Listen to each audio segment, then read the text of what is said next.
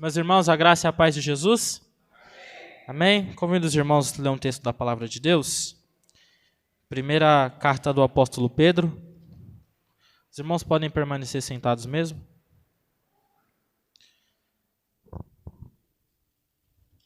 Primeira epístola universal do apóstolo Pedro, capítulo 1. Nós vamos ler a partir do versículo de número 13. Muito feliz em estar com os irmãos neste culto de ensinamento tão bem cooperado. Isso mostra que essa igreja tem crescido no desejo de conhecer a palavra de Deus. Irmãos, isso é muito bom. O pastor Jerry sempre fala, e é verdade, que uma igreja você não mede ela pelo culto de domingo, o culto de celebração, mas pelos cultos de ensino e também pelas escolas bíblicas dominical. E a gente tem tido um bom número e eu glorifico ao Senhor por isso, irmãos. Primeira epístola universal do apóstolo Pedro, capítulo 1, a partir do versículo 13. Os irmãos encontraram? Amém? Diz assim a palavra de Deus: Portanto, cingindo os lombos do vosso entendimento, sede sóbrios e esperai inteiramente na graça que vos ofereceu na revelação de Jesus Cristo. Como filhos obedientes, não vos conformando com as concupiscências que antes havia em vossa ignorância, mas, como é santo aquele que vos chamou, sede vós também santos em toda a vossa maneira de viver. Porquanto escrito está, sede santos, porque eu sou santo. Amém? Feche seus olhos, oremos ao Senhor. Soberano Deus, querido Pai, em nome de Jesus, eu oro com os teus filhos nesse momento, pedindo a Deus que o Senhor fale conosco através da tua palavra. Pai, nós estamos aqui para crescer em graça e em conhecimento a respeito do Senhor Jesus Cristo. Que através dessa palavra o Senhor nos aperfeiçoe, que através dessa palavra o teu nome na nossa vida venha a ser glorificado. Pai, eu peço que o teu Espírito Santo possa abrir o nosso entendimento, possa abrir o nosso coração, para que estejamos atentos às tuas palavras, Senhor.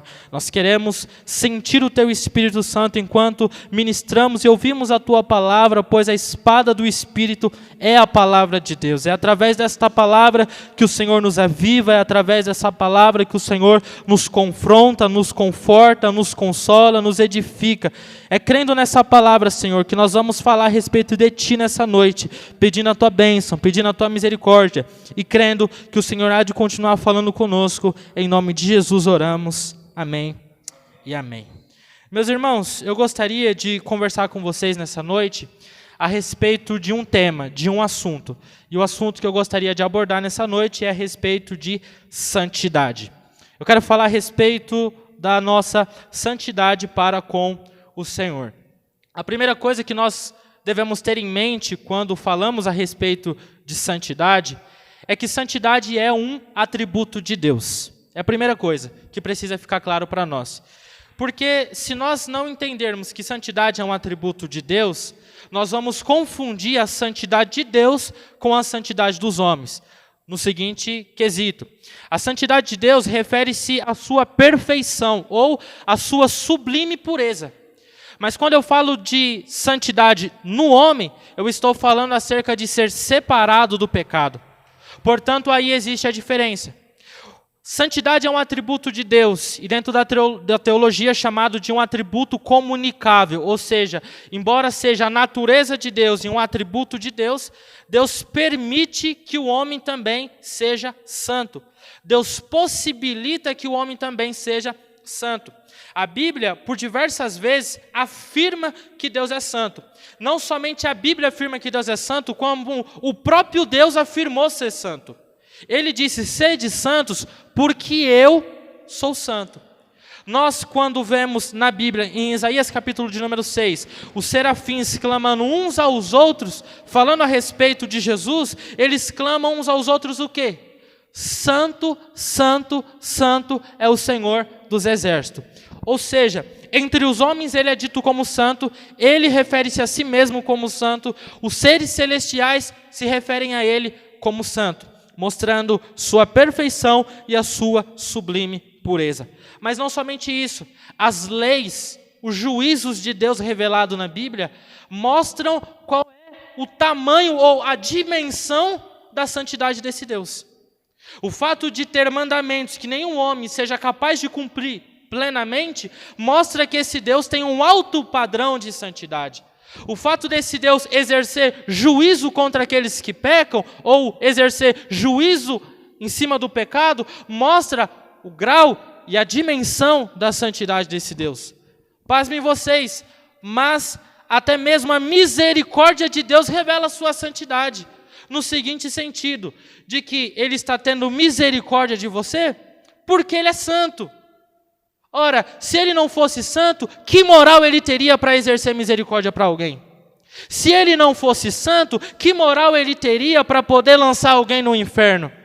Ou seja, santidade então, além de ser um atributo e a natureza de Deus, também fala da base dos atributos de Deus. Ou seja, Deus é onipotente, Deus é onisciente, Deus é onipotente, onibenevolente, Deus tem diversos e diversos atributos, mas todos esses atributos estão completamente ligados com a sua santidade. Não tem nenhum dos seus atributos que fuja da sua santidade. Só que Deus sendo santo, Deus sendo perfeito, Deus tendo um padrão, Deus tendo leis, Deus então faz com que o ser humano também viva de uma forma íntegra, que o ser humano também possa ser santo. Por isso que eu só posso ser santo porque Deus é santo. Não posso e não consigo ser santo sozinho. Você não pode e não consegue ser santo sozinho. Você só consegue ser santo porque Ele decidiu comunicar a você esse atributo dele. Está entendido até aqui? Ou seja, quando eu falo da santidade de Deus, eu falo da sua perfeição, da sua sublime pureza. Mas quando eu falo do homem ser santo, eu estou falando que ele é separado do pecado. Eu estou falando que ele busca se santificar, ele busca se purificar. Traduza-se, portanto, santidade como integridade. A ideia de alguém ser completo. A ideia de alguém ser íntegro em todas as suas condutas, em todos os seus pensamentos. Então, nós estamos trabalhando aqui o conceito de santidade. Em Deus, perfeição. No ser humano, integridade. Mas algumas pessoas falaram a respeito de santidade que me chamam a atenção. Exemplo, pastor Luciano Subirá, ele diz, santidade é mais do que não pecar, é reproduzir a natureza de Deus. O que significa isso? Que nós olhamos às vezes como santidade como apenas não adulterar. Mas não é só não adulterar, é honrar o seu parceiro. A gente olha para a santidade só como não mentir, mas não é só não mentir, é também falar a verdade. A gente olha a santidade como só não falar palavrão, mas não é só não falar palavrão, também é pregar o evangelho. Então veja que não é só uma questão de regra de não pode isso e não pode aquilo. É uma questão de que a natureza de Deus agora está dentro de você. Significa que essa natureza não é simplesmente caída, que você não é simplesmente um pecador como os outros. Você é um pecador que decidiu viver nos padrões de Deus.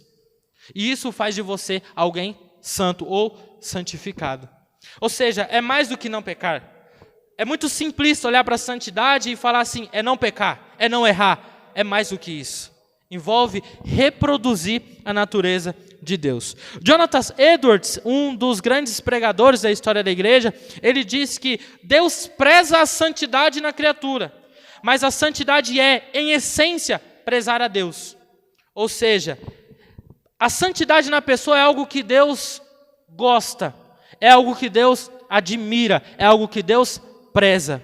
Mas quando eu estou sendo santo, eu estou prezando a Deus. Porque, na verdade, ser santo é ir contra uma natureza que está em cada um de nós. É ir muitas vezes contra a nossa vontade. É ir muitas vezes contra aquilo que nós queremos. Então, quando eu estou sendo santo, eu estou prezando ao Senhor. Mas existe uma terceira frase de um outro pensador que me chama muita atenção. Dr. A.W. Tozer dizia que santos sem santidade são a tragédia do cristianismo.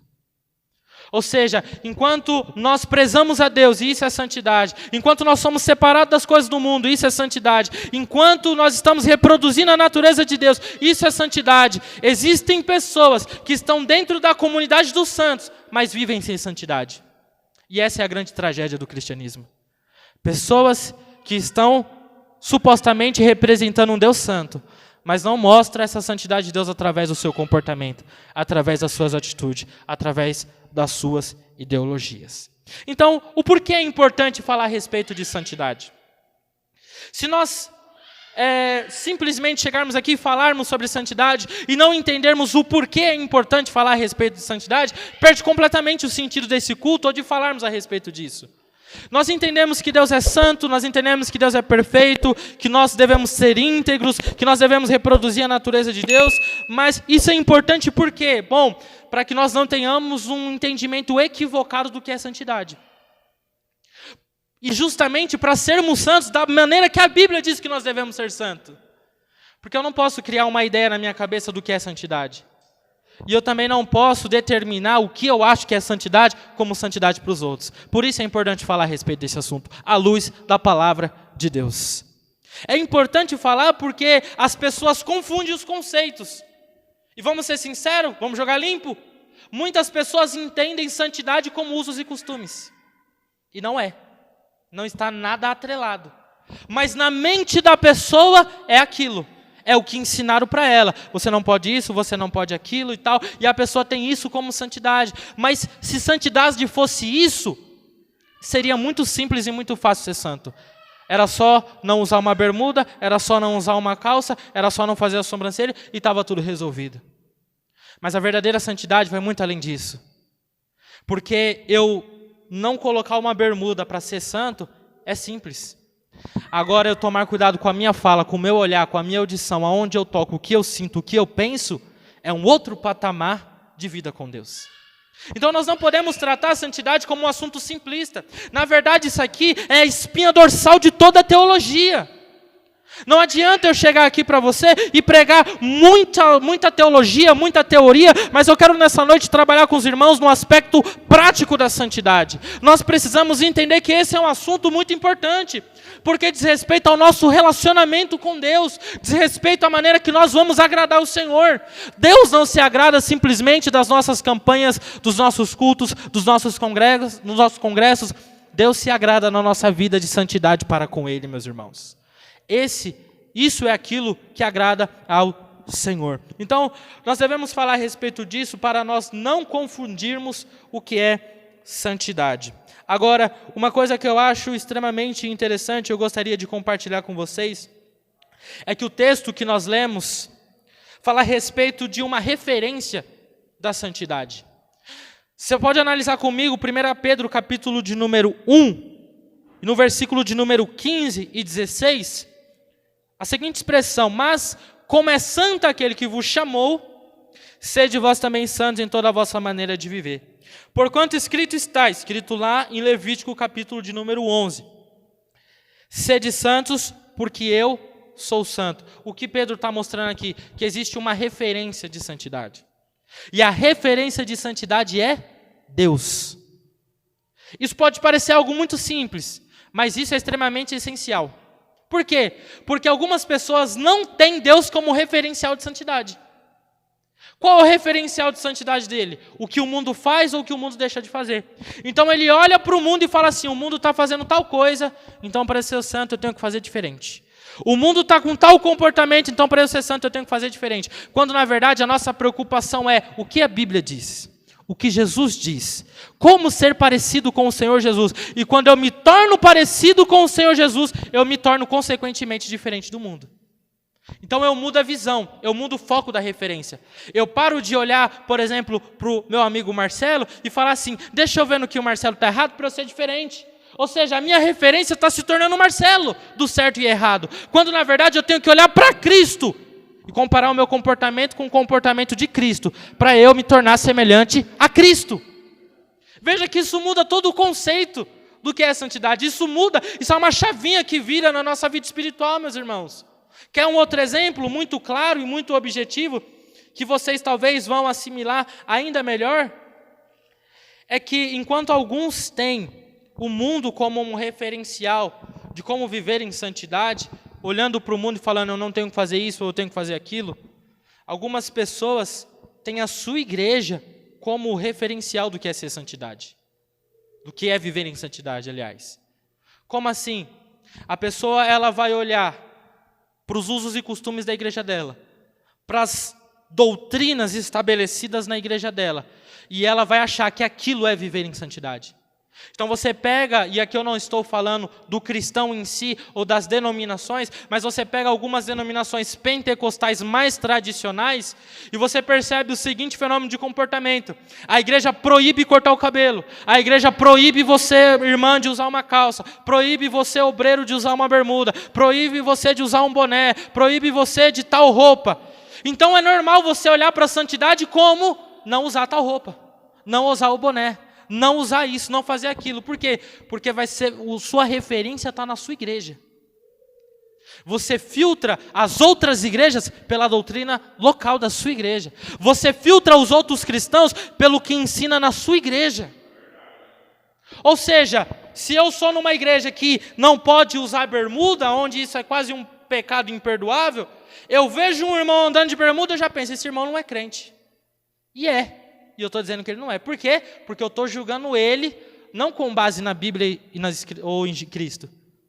Mas a minha referência está na minha igreja. Minha igreja é a minha referência disso. Obrigado. A minha igreja se torna o meu referencial de santidade. E isso eu não estou falando simplesmente de igrejas tradicionais, mas igrejas como a nossa, que não tem essa questão dos usos e costumes assim, mas é capaz de chegar uma pessoa aqui de terno e gravata e às vezes a gente começar a olhar estranho. Por quê? Porque a gente está julgando conforme a doutrina da nossa igreja. A gente muda a referência. Portanto, a nossa referência de santidade tem que ser Deus. Tem que ser as Escrituras. Não julgue nem filtre ninguém pela doutrina da igreja local ou pelo que as pessoas estão dizendo. Todo julgamento tem que ser com base nas Escrituras, do meu comportamento espiritual e do comportamento espiritual do meu irmão. Nossa referência de santidade é Deus. Sabe quando foi que Adão caiu, quando Adão pecou? Quando Deus havia dito assim, não é para comer dessa árvore. Mas Eva olhou o lado bom daquilo que ela não encontrava em Deus. Como assim? Deus falou assim, esse negócio aqui é ruim, não pode comer. Só que a Bíblia diz que depois que Satanás foi lá e tentou ela olhou e ela começou a ver que a árvore era boa. Que era boa para dar entendimento, que era desejável. Naquilo que Deus falou que era ruim para eles começaram a ver coisas boas. Ou seja, quando eles comem do fruto, eles estão dizendo assim, Deus, não é mais o que o Senhor está falando. O Senhor não é mais a referência do que eu devo comer e do que eu não devo comer. O Senhor não é mais referência do que eu posso tocar e o que eu não posso tocar. O Senhor não é mais a referência agora é o que eu quero. A referência é o que eu desejo. A referência é o que eu vejo. Entende a diferença? Então a gente tem que voltar a andar no padrão de Deus. Santidade é andar segundo um padrão que foi estabelecido por Deus. Porque a santidade foi proposta por Deus antes de haver pecado na natureza do homem. O homem não tinha pecado, Deus já tinha dito assim para ele, não é para comer dessa árvore, já tinha um padrão de santidade. Ou seja, já mais um motivo para a gente parar de olhar para o mundo e ter o que o mundo faz como referência de certo e errado, porque antes do pecado existir, Deus já tinha conceitos e princípios estabelecidos. Então, a pergunta que não quer calar, aonde está o nosso referencial de santidade? A referência de santidade é a igreja que você congrega? A referência de santidade é o que o outro está fazendo de errado e você acha que tem que fazer o contrário dele? Ou sua referência de santidade está em Deus e nas Escrituras? Então, a primeira coisa que o texto nos mostra é que Deus ele chama a responsabilidade para ele, dizendo, seja santo como eu sou santo. Por isso que nós precisamos ser imitadores de Cristo, imitadores de Deus. Por quê? Porque Ele é santo, eu preciso viver em santidade, então eu tenho que ser semelhante àquele que é santo. Só que aí, irmãos, a gente entra no ponto crucial dessa ministração, que é entender que a santidade, que a integridade, que a pureza, ela é uma jornada. Ela não é um fator determinante apenas. Não é algo que acontece de forma isolada na sua vida. Se trata de toda a sua trajetória cristã. A santidade ela tem que estar em toda a nossa trajetória. Nisso, nós temos, então, 3 níveis de santificação, que é o que eu gostaria de conversar aqui com vocês hoje. A santificação, o seu primeiro nível, é aquela que nós chamamos de santificação posicional ou inicial. É o momento da conversão. John Wesley dizia que a conversão tira o cristão do mundo, mas a santificação tira o mundo do cristão. A conversão tira você do mundo, a santificação tira o mundo de dentro de você. Nesse momento, você aceita Jesus, professa Ele como seu único e suficiente Salvador. Nesse momento onde você está se posicionando, Deus Ele te santifica. Deus Ele te purifica naquela hora. Um exemplo claro, o gadareno. Quando Jesus chega na cidade, o camarada está doidão. O camarada está fazendo coisas, possesso pelo inimigo, que um ser humano em sã consciência não faria. E ele está possesso de demônios. Jesus chega, expulsa os espíritos malignos que estão nele, e quando a multidão da cidade vem ver o que aconteceu, como é que eles encontram ele? Endemoniado? Não. Encontram ele sentado, vestido e em perfeito juízo. O que aconteceu ali? Uma santificação. Jesus chegou e mudou o comportamento daquele camarada na hora. E é isso que nós precisamos entender, irmãos. Quem muda as pessoas é Jesus. Usos e costumes não mudam o comportamento de ninguém. O que muda as pessoas é o novo nascimento através do Senhor Jesus Cristo. É isso que faz as pessoas mudar. Chegaram naquele camarada, ele está completamente diferente. Por quê? Porque ele encontrou um santo que santificou a vida dele. A santificação a princípio. Aquele homem com certeza depois evoluiu mais, cresceu mais, mas aquele foi o pontapé inicial. A santificação inicial é entrar pela porta. Você pode ver que não é todos, mas algumas pessoas, quando se convertem, fuma, no mesmo dia para de fumar. Já viu isso acontecer? Eu já vi isso acontecer. Algumas pessoas, é de forma instantânea a transformação, ela é muito visível, porque naquele momento Deus já purificou ela. Deus já transformou ela, transportou ela do reino das trevas para o reino do Filho do seu amor. A pessoa ela estava morta em seus delitos e pecados, vivia sob influência maligna, era por natureza filho da ira, andava, como a Bíblia diz, com o seu entendimento em trevas. Pessoas andavam fora de Deus, fora da comunhão dos santos, fora da comunhão com o Espírito. E aí, no momento que essas pessoas têm um encontro com Cristo, a natureza dela não é mais só a natureza de um pecador, mas agora é de um pecador que foi separado para Deus. De alguém que agora vai viver de uma forma diferente. Mas esse pontapé inicial, ele é sempre do Senhor. Saiba disso, nunca se esqueça, irmão. Se for para você gravar algo dessa mensagem, esquecer todo o resto, mas se fosse para você gravar algo, grava isso que eu vou falar agora. Você não é santo para ser salvo. Você só é santo porque você já foi salvo pelo Senhor. Você não se santifica para alcançar a salvação, porque a salvação não é por méritos, não é por obras, não é por comportamento, não, salvação não está nada atrelada a isso. Por que eu falo isso? Porque se você disser, Marcelo, que eu sou salvo porque eu sou santo, porque eu me santifico e por isso eu alcanço a salvação, se você for nessa ideia, qualquer pessoa com bom comportamento vai chegar no céu. Se você for nessa ideia, é uma heresia, e até nem tem como uma pessoa ter 100% o seu comportamento correto. Então agora quando eu entendo que eu fui salvo, e porque eu fui salvo, Ele me mudou, Ele me transformou, aí eu entendo, eu só consigo ser santo porque Ele me santificou um dia. Eu só consigo dizer não para o pecado, dizer não para a droga, dizer não para o adultério, dizer não para a mentira, porque um dia Ele chegou lá e mudou a minha natureza. Eu era filho das trevas, eu vivia longe dEle, eu estava morto nos meus pecados, mas pela sua graça Ele me alcançou, pelo seu Espírito Ele me mudou, e hoje eu sou uma bênção na casa de Deus, mas não por minha causa, por causa dele. Então é o primeiro aspecto da santificação. É a santificação posicional, a pessoa se posiciona. E aí, é aquilo que a Bíblia diz, por exemplo, lá em Efésios, capítulo de número 4, a partir do 22. Você deixar o velho homem que se corrompe por desejos enganosos, se renovar no espírito do seu entendimento, ou seja, uma mudança de mentalidade, e se revestir de um novo homem, que é criado segundo Deus em verdadeira justiça e santidade. Ou seja, quem você era e quem você é hoje, mudou simplesmente porque Cristo veio e te santificou. Mas como eu disse, essa santidade ela é uma jornada. É um processo. No dia que você aceitou Jesus, naquele exato momento você já virou crente. Você foi salvo. Você foi lavado pelo sangue de Jesus. Você já é uma nova criatura. Só que uma coisa que acontece com a igreja, que não deveria acontecer, e é causa e motivo de muitas coisas ruins que ocorrem, é que o convertido para onde se converteu. No seguinte aspecto, o camarada ele se converteu um dia, ele muda já seu semblante, sua vida e condição espiritual. Mas existem algumas coisas que só vão mudar conforme o tempo. Só que passa 5 anos e aquele camarada não mudou nada. Passou-se 10 anos e ele não mudou nada. Ou seja, ele parou no que Cristo fez lá atrás. E a gente entra no segundo aspecto da santificação. É a santificação progressiva.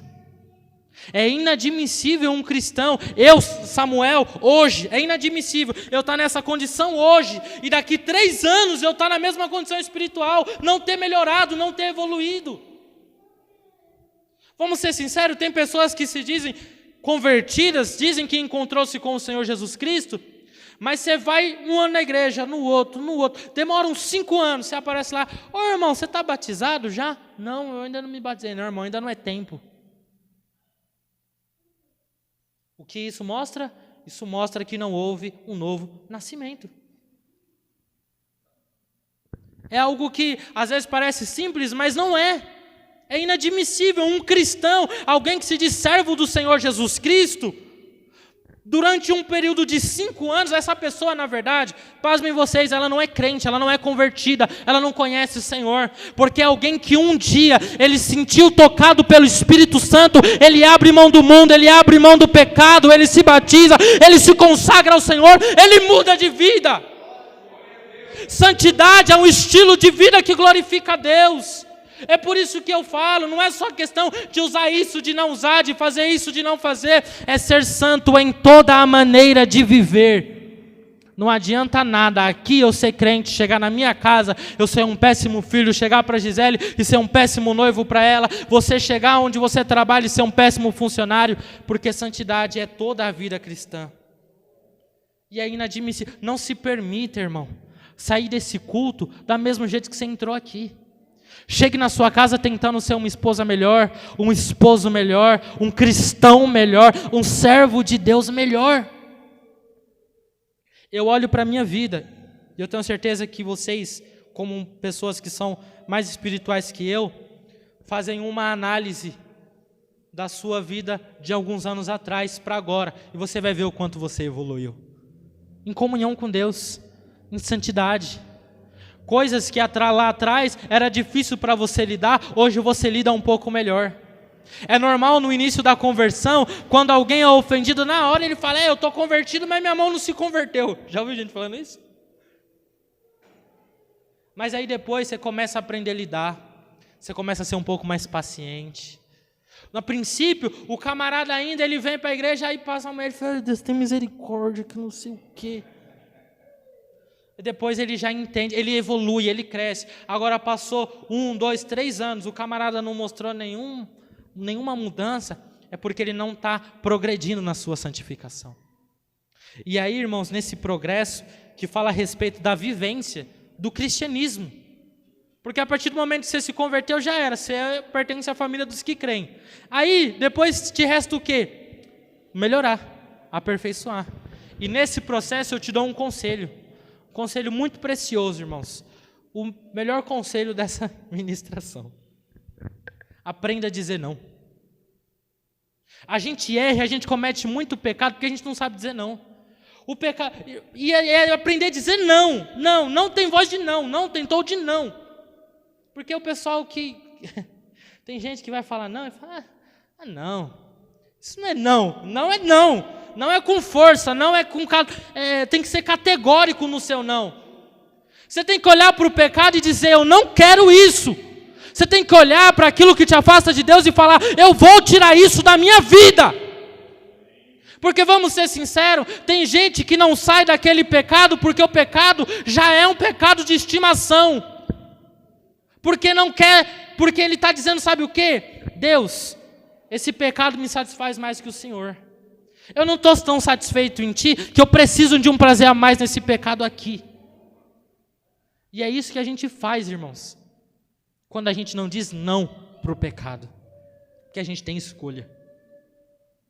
Coisas aparecem, a maioria dos adultérios poderiam ter sido abortados no início, mas porque não disse não para uma conversinha indevida, porque não disse o não para um comportamento que não deveria, porque não disse não para um olhar que não deveria, lá na frente é inevitável que ocorra o adultério. E não somente com isso, com outros pecados é a mesma coisa. Quando você não diz não para uma mentirinha pequena, você também não vai dizer não para uma mentira enorme. Quando você não diz não para um pecado que parece simples, você dificilmente vai conseguir dizer não para um pecado que é gigantesco, digamos assim. Então, nessa jornada de santificação, a gente tem que aprender a dizer não. E um segundo conselho. Nessa jornada, nessa progressão da santidade, a gente tem que ter um amor e um apego à palavra de Deus. Como dizia o Dr. Tozer também, A.W. Tozer. Eu gosto muito dele, não sei se vocês já perceberam. Ele dizia que nunca vi um cristão útil que não fosse estudante da Bíblia, porque não existe atalhos para a santidade. Ou seja, não tem como você ser um cristão santo, íntegro, um cristão comprometido, se você não for comprometido com as Escrituras. Se você não amar as Escrituras, se você não praticar o que está escrito nas Escrituras, não tem remédio, não tem receita. Eu já vi irmão dizendo assim, irmão, eu não sou muito de ler a palavra, sou mais de praticar. Aí eu fiquei pensando, como é que você consegue praticar sem ler? Sabe, irmãos, a gente ri, mas é muito sério. A gente ri de nervoso, né, irmã Vanessa? A gente ri, mas é uma questão muito séria. Falta amor e zelo pela palavra de Deus. Falta sentar numa cadeira, abrir a Bíblia e deixar Deus falar através da sua palavra conosco.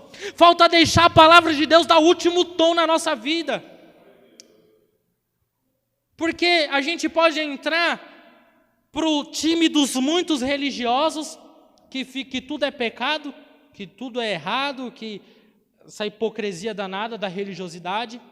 Ou você pode ir para um outro time, o time daqueles que isso não tem nada a ver, e os dois são perigosos.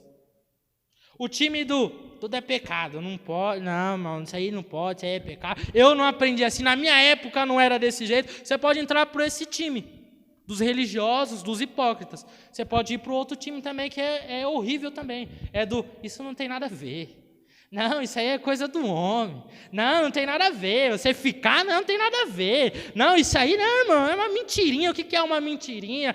Não, né? Só não pode se embriagar. E a gente começa nessas hipocrisias nossa, e a tendência é chegar num nível onde a gente rejeita a santidade, onde a gente rejeita a Bíblia, onde a gente rejeita tudo aquilo que é de Deus. Você pode achar que é um exagero meu, mas é só você ir no YouTube agora. Porque tem um monte de pastor dizendo assim, não, está na hora do homossexual ter orgulho gay. Não, a gente tem que atualizar a Bíblia. E isso não vem de agora, isso vem da teologia liberal, que é a ideia do liberdade no pensamento teológico. Então, se eu não concordo com um texto, eu falo que Jesus não concordaria com aquilo e já era. Sabe, a gente precisa amar a palavra de Deus. A gente precisa valorizar os nossos cultos de ensino. A gente vem com a nossa pior roupa para o culto de ensino, porque a gente acha que ele é menos importante que o culto de domingo. A gente precisa valorizar a palavra de Deus. A gente precisa valorizar as Escrituras, porque sem ela não tem santidade na igreja. Uma igreja que não prega a palavra, uma igreja que não ama a palavra, não é uma igreja santa. Uma igreja que é comprometida com o ensino, uma igreja que é comprometida com a palavra, uma igreja que até tem erros, mas uma igreja que ama as Escrituras sagradas, ela tem a tendência de se tornar uma igreja certa, uma igreja santa, uma igreja comprometida com Deus. Mas precisa ter esse zelo pela palavra, senão não tem santidade. Jesus mesmo disse que ele limpa a vara que dá fruto para dar mais fruto. E sabe o que é essa limpeza? A santificação. Porque na sequência, verso 3 do capítulo 15 de João, ele diz, vós já estáis limpos pela palavra que eu vos tenho pregado. A palavra que os discípulos iam ouvindo ia santificando eles. Até porque eles começam a jornada, André, de um jeito. Pedro, então, dava um monte de mancada na caminhada. Um monte. O camarada, inclusive, pra você ter uma ideia, os discípulos andaram com Jesus. Quando viram Jesus vindo para o Senhor das Águas, falaram que era um fantasma. Eles cometeram muitos erros, cometeram muitos pecados, cometeram coisas que não deveriam cometer. Só que depois de 3 anos, esses camaradas mudaram o mundo. Por quê? Porque Jesus estava ali, pregando a palavra, ensinando a palavra, exortando com a palavra. E aquela palavra foi entrando, foi mudando o coração daqueles homens. E depois eles se posicionam e são homens completamente diferentes. Eu faço um desafio para você. Comece a estudar a Bíblia diariamente, que você vai ver que daqui a 1 ano você vai ser um crente muito melhor do que você é hoje. Comece a abrir as Escrituras, comece a meditar na palavra de Deus, que você vai ver enquanto você vai crescer na sua vida com Deus. Nesse progresso, irmãos, é aquilo que está em 1 Tessalonicenses, capítulo de número 4. Se você quiser acompanhar, fique à vontade.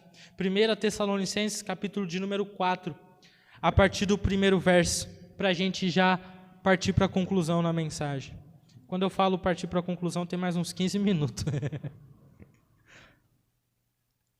Mas, capítulo 4 de 1 Tessalonicenses, Paulo está exortando a igreja de Tessalônica, que aliás era uma excelente igreja naquela época, da seguinte forma. A tradução que eu vou ler aqui é NVI. Quanto ao mais, irmãos, já os instruímos acerca de como viver, a fim de agradar a Deus, e de fato assim vocês estão procedendo. Agora pedimos e exortamos a vocês no Senhor Jesus Cristo, que cresçam nisso cada vez mais. Ou seja, eu já falei com vocês sobre viver em santidade, mas eu estou falando de novo para que vocês continuem progredindo isso, porque ninguém é tão santo que não possa santificar-se mais. Versículo 2: pois conhece os mandamentos que demos a vocês pela autoridade do Senhor Jesus. A vontade de Deus é que vocês sejam santificados. Samuel, eu queria saber qual é a vontade de Deus para a minha vida. Bom, a vontade de Deus para a sua vida é que você seja santificado. E aí, ele cita algumas coisas que nós devemos nos abster para vivermos uma vida de santidade. Abstenham-se da imoralidade sexual. Cada um saiba controlar o seu próprio corpo de maneira santa e honrosa. E isso aqui é um tapa na cara da nossa religiosidade. Por quê? Porque a gente determina qual é a roupa que cada um tem que usar, mas isso não faz a pessoa santa. Isso não faz a pessoa santa. Agora, quando a pessoa, o texto está dizendo assim, cada um saiba possuir seu próprio corpo de forma santa e de forma honrosa. A responsabilidade não é da igreja administrar a roupa que você vai usar. Você, como um cristão, tem que saber a roupa que você está usando. E eu aqui não estou falando isso, irmão, que eu estou dizendo assim, o Samuel é absolutamente contra usos e costumes. Não é isso que eu estou falando. Eu só acredito que a gente não pode atrelar santidade a essas coisas, porque não é. Quando você entende o que é o pecado e o que é ser santo, você para de se preocupar com essas coisinhas. Você deve saber possuir o seu próprio corpo de forma honrosa e santa, não dominado pela paixão de desejos desenfreados, como os pagãos que desconhecem a Deus. Verso 6, nesse assunto ninguém prejudique o seu irmão, nem dele se aproveite. Então está falando sobre imoralidade, está falando sobre o domínio sobre o próprio corpo, sobre o não prejudicar o irmão. O Senhor castigará todas essas práticas, como já dissemos e asseguramos, porque Deus não nos chamou para a impureza. Na versão Almeida está escrito imundícia, mas para a santidade. Portanto, aquele que rejeita essas coisas, que coisas que ele acabou de falar, a respeito da santidade, não está rejeitando o homem, mas a Deus que nos deu o seu Espírito Santo. Quando a gente rejeita o assunto da santidade, a gente está rejeitando o próprio Deus. Pode parecer algo que não é muito presente na nossa igreja, mas quando você vai para a igreja de Corinto, me assusta o fato de ser a igreja mais pentecostal da época, E quando eu falo mais pentecostal, é mais pentecostal mesmo, porque a Bíblia diz que não faltava nenhum dom para eles. Então tinha gente que fazia maravilhas, maravilhas inclui até a ressurreição de mortos, para você ter uma ideia. Não faltava nenhum dom. Na igreja de Corinto tinha doutor, não era o Samuel que estava ensinando lá na igreja de Corinto, era gente gabaritada, mas era a igreja mais carnal e infantil. Tanto é que no capítulo 5, Paulo diz assim para eles: se ouve que há entre vós coisas que nem entre os pagãos existe. O camarada tinha tido relação sexual com a própria mãe do seu pai, na igreja de Corinto. E eles não tinham tirado do meio da igreja aquela pessoa. E Paulo está falando para eles: eu ouço que há entre vocês coisas que não existem nem entre os pagãos. É por isso que a gente tem que falar desse assunto. Porque não dá para aceitar uma igreja com um comportamento desse. Não adianta nada. Na igreja de Corinto, tinha gente que estava lá levantando. Tinha os irmãos do manto, tinha os irmãos que pulavam numa perna só, tinha os irmãos que faziam aviãozinho, tinha os irmãos que interpretavam língua estranha. Lá tinha os doutores, tinha aqueles que eram mais chatão, de escola dominical, mais rígido. Na igreja de Corinto tinha de tudo. Se você olhasse de fora, você falava: essa é a igreja top para congregar. Mas quando você entrava lá, eles não tinham organização na ceia. Eles viviam um levando o outro na justiça. Eles tinham imoralidade no meio deles. Então não é a questão da gente ser a igreja mais top nos dons, é da gente ser a igreja mais santa no nosso comportamento, irmãos. A igreja que vai transformar o mundo não é a igreja que você está indo, é a igreja que você está se tornando. Eu ouvi isso uma vez de um pregador e eu guardei isso no meu coração. A igreja que vai mudar o mundo não é essa igreja que você está falando, nossa, que é milagre. Não, é a igreja que você está se tornando. É o quanto você se preocupa com a santidade. E eu termino aqui falando sobre o último estágio da nossa santificação, que é a glorificação do nosso corpo. É no dia que o Senhor Jesus Cristo voltar e o nosso corpo, que é corruptível, a Bíblia diz, vai se revestir de incorruptibilidade. E eu não vou conseguir falar essa palavra de novo. Vai se revestir desse negócio aí, da incorruptibilidade. Mas esse corpo corruptível, ele tem dois aspectos. É o que se corrompe com o tempo, o que degrina com o tempo. Que o tempo ele vai ficando... Alguns já devem estar nesse processo aí, do corpo está mais difícil. Mas também fala de uma corrupção da nossa natureza. Essa nossa natureza que se corrompe. Esse nosso corpo, essa nossa alma que se corrompe. Vai se revestir de incorruptibilidade. Ou seja, a gente não vai ter mais que lutar contra o pecado. Você não vai ter que dizer mais não ao pecado. Você não vai ter mais que se preocupar em jejuar, em orar, porque senão você não vai aguentar a provação, não vai aguentar a tentação, você não vai precisar mais disso. Por quê? Porque a sua natureza vai ser transformada. E a Bíblia diz que assim como é o corpo do Senhor Jesus Cristo, o nosso corpo também será.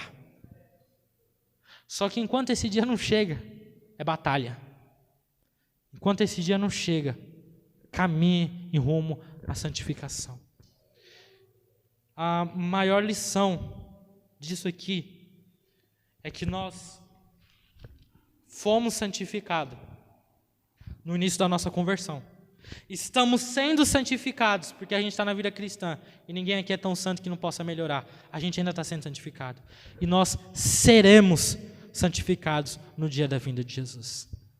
É um processo, é uma caminhada, é sempre melhorando até o dia que o Senhor Jesus Cristo voltar. No dia que você olhar para a sua vida espiritual e dizer assim: nossa, tá legal, corre, você já está mentindo, você já está num pecado, porque a Bíblia diz isso. Se alguém diz que não tem pecado, ele está se enganando a si mesmo. Além de estar fazendo Deus mentiroso, além de um monte de coisa que está atrelada a isso, uma das coisas piores é enganar a si mesmo, é estar iludido com a própria espiritualidade. E nessa palavra Deus nos confronta. Aqui hoje é um culto de ensino, e culto de ensino é para isso, para a gente sair melhor, para a gente sair refletindo. E eu convido você e a mim, porque enquanto eu orava aqui no início do culto, eu falava isso com o Senhor, falava: Deus, me permita viver isso que eu vou pregar hoje. Eu quero ser mais santo, eu quero ser melhor, eu posso ser melhor. Tem coisas que eu negligencio, às vezes eu poderia orar mais, poderia jejuar mais, poderia ler mais a sua palavra, a gente negligencia. Eu convido você a fazer essa reflexão hoje aqui também, na sua casa, e todo dia você se lembrar, todo dia é uma batalha, todo dia é uma jornada de santificação, até o dia que Cristo voltar e transformar a nossa natureza. Amém, irmãos? Deus abençoe os irmãos. Em nome de Jesus é que eu agradeço a minha oportunidade.